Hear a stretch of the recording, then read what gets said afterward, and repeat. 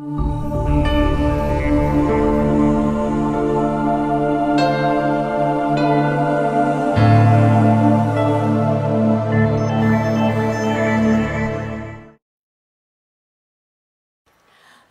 sont les esthéticiennes qui sont usées d'être en cabine à longueur de journée. Elles souffrent de mal de dos et de troubles musculo-squelettiques plus ou moins invalidants. Heureusement, Sophie Meyer nous a trouvé la perle qui va résoudre tous ces problèmes quotidiens.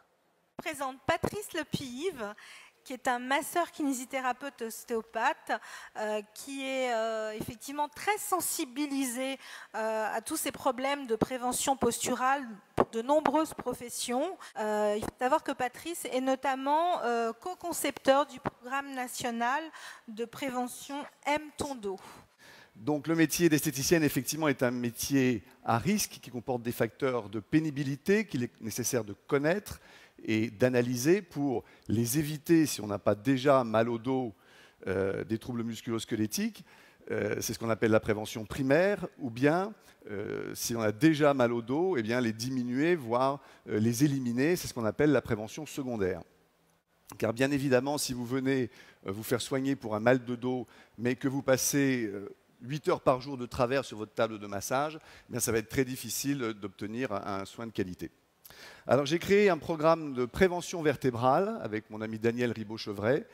C'est un programme qui s'appelle Aime ton dos. C'est un programme national qui regroupe un réseau d'intervenants, professionnels de santé, kinésithérapeutes, ostéopathes, ergonomes, qui interviennent à la fois dans les écoles, à l'âge des apprentissages posturaux fondamentaux, mais aussi dans les entreprises, puisque comme vous le savez, eh bien, les entreprises, la plus grande cause d'absentéisme en entreprise, c'est le mal de dos et les troubles musculo-squelettiques.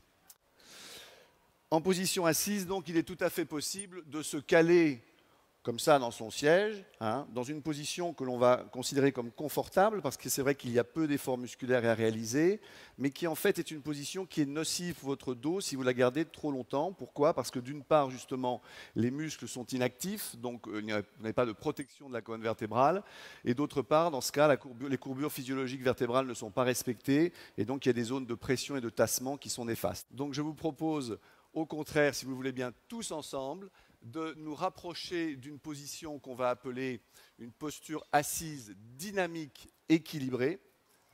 Pour ce faire, nous allons nous asseoir plutôt sur l'avant de notre siège et nous allons ouvrir l'angle des hanches en descendant un peu les genoux. Et puis, on va placer les premières commissures des mains sur les crêtes iliaques. Je vous observe pour voir si ça suit. Je regarde aussi si le Politburo suit. Et là, j'ai une bonne nouvelle à vous annoncer. Vous allez pouvoir bouger votre bassin d'avant en arrière. La partie avant du corps s'ouvre, vous allez pouvoir respirer avec le diaphragme, libérer votre diaphragme, libérer le plexus solaire, détendre aussi la région digestive et étirer la ligne qui se trouve du pubis au sternum. Et le repère de cette ligne est très intéressant parce que dans toute posture que vous fassiez, eh bien, cette ligne vous donne l'état de votre dos en même temps. C'est-à-dire que lorsque cette ligne est allongée et étirée, automatiquement, en même temps, votre région lombaire se redresse. Si au contraire, vous raccourcissez cette ligne antérieure, eh bien, vous avez automatiquement un arrondissement et un affaissement de la région lombaire. Il faut donc régler la hauteur du siège, la hauteur du plan de travail. Et le troisième paramètre intéressant, bien sûr, c'est la région cervicale. Elle est tributaire du regard. En fait, vos yeux déterminent la position de votre tête. Et donc, il faut impérativement, là aussi, que votre regard soit à peu près légèrement incliné sur l'horizontale. C'est-à-dire que vous devez avoir soit votre écran d'ordinateur, soit votre plan de travail qui soit un petit peu basculé comme ceci sur l'horizontale. Et là, vous avez les trois paramètres qui vous permettent de redresser votre colonne vertébrale très facilement. Il faut en tenir compte, il faut les utiliser. Et on va pouvoir donc garder le dos droit en toutes circonstances. En fait, le message de base, c'est ça.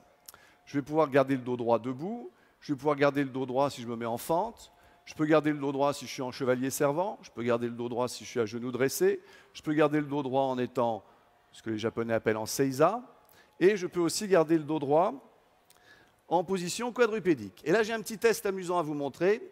Si je suis capable d'étirer ma colonne vertébrale suffisamment, c'est-à-dire en poussant le sommet de ma tête vers vous et le bassin vers l'arrière, eh bien, il va pouvoir s'asseoir sur mon dos sans aucun problème. Je ne le sens absolument pas. Merci beaucoup. Et on repart pour un retour en position érigée correcte. D'accord? Donc ceci pour vous expliquer que le fait d'étirer votre colonne vertébrale, de l'allonger, eh bien c'est aussi stabiliser, renforcer et donner énormément de puissance à votre colonne vertébrale. On va en massant, non pas déplacer uniquement les bras, les épaules et le haut du corps, mais en permanence travailler sur ces appuis, en transférant le poids du corps sur ces appuis et en harmonisant le travail des bras, des membres supérieurs, du haut du corps avec le bas du corps. Et à ce moment-là, vous ne vous fatiguez quasiment plus. Vous avez une gestuelle extrêmement fluide et déliée. Et vous pouvez masser longtemps, même des gabarits importants. Il suffit de vous ancrer profondément dans le sol pour entrer plus en profondeur dans les tissus. L'instrument de travail, c'est notre corps.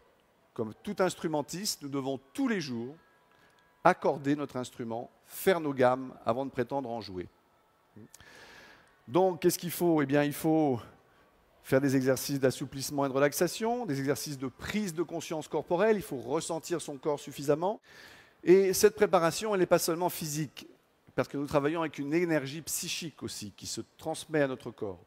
Et donc, nous devons aussi développer une ouverture mentale, une forme de disponibilité, d'accueil, voire d'altruisme.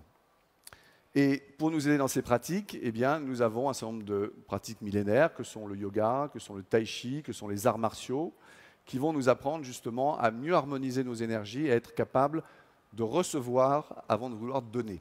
Je prends contact avec elle, j'essaie de la mettre en confiance et de voir un petit peu à qui j'ai affaire et comment je vais essayer d'adapter, de personnaliser mon soin à cette personne-là en particulier. Donc c'est un accueil individualisé pour un massage personnalisé. Pour moi, la bonne hauteur, c'est ça. C'est-à-dire que vous devez pouvoir avoir la main à plat sur la table en restant droit. Privilégier un petit appui sous le ventre pour décambrer un peu la région lombaire. Le deuxième point, c'est de mettre un coussin beaucoup plus épais que ça sous le cou du pied, de manière à pouvoir relâcher le plus possible la chaîne musculaire postérieure, les ischio-jambiers et le triceps. Je ne vois pas pourquoi on s'acharnerait sur des muscles tout tendus, alors on va faire mal, la personne va se contracter, alors qu'il est tout à fait possible de plier le genou et de détendre ses muscles. Et puis on ne va pas se jeter sur elle comme un fauve. On va regarder, observer un petit peu son dos. Et on ne va pas imposer une technique d'emblée. On va simplement étaler son huile avec une main calme, apaisante, avec un contact franc de la main, toute la main, pas au bout des doigts. Et on va simplement l'épouser. Et eh bien, on va mettre en pratique le principe dont je vous ai parlé. C'est-à-dire que ce n'est pas mes mains qui travaillent toutes seules, c'est tout mon corps qui balance sur ses appuis. Ma main ne doit jamais décoller. Ma main essaye de garder le plus grand contact possible tout le temps. Quoi que je fasse, je ne vais pas arrêter ma gestuelle. Donc on va essayer d'avoir une gestuelle qui soit fluide, enveloppante, douce. On va commencer, si on devait mettre des noms, par une forme, on va dire, de californien. Donc il faut que mes connaissances soient suffisantes pour pouvoir intégrer dans ma gestuelle les paramètres d'anatomie que je connais, que j'ai dans les doigts, au bout des mains. Donc, je terminerai en vous disant que nous faisons un métier extraordinaire, puisque à travers notre toucher, nous allons apporter non seulement bien-être et détente, mais aussi santé et prévention, car nous nous adressons à tous les grands systèmes du corps, au système sensitif de la peau bien sûr, mais aussi au système musculaire, au système articulaire, au système circulatoire, au système respiratoire, au système nerveux, au système énergétique. À toute la personne, nous pouvons apporter un bien extraordinaire. Ce que nous faisons, personne d'autre que nous ne le fait. Et donc, je vous souhaite de garder très longtemps le plaisir et la curiosité de masser pour que chacun de vos massages soit à chaque fois un massage extraordinaire. Merci beaucoup, Patrice.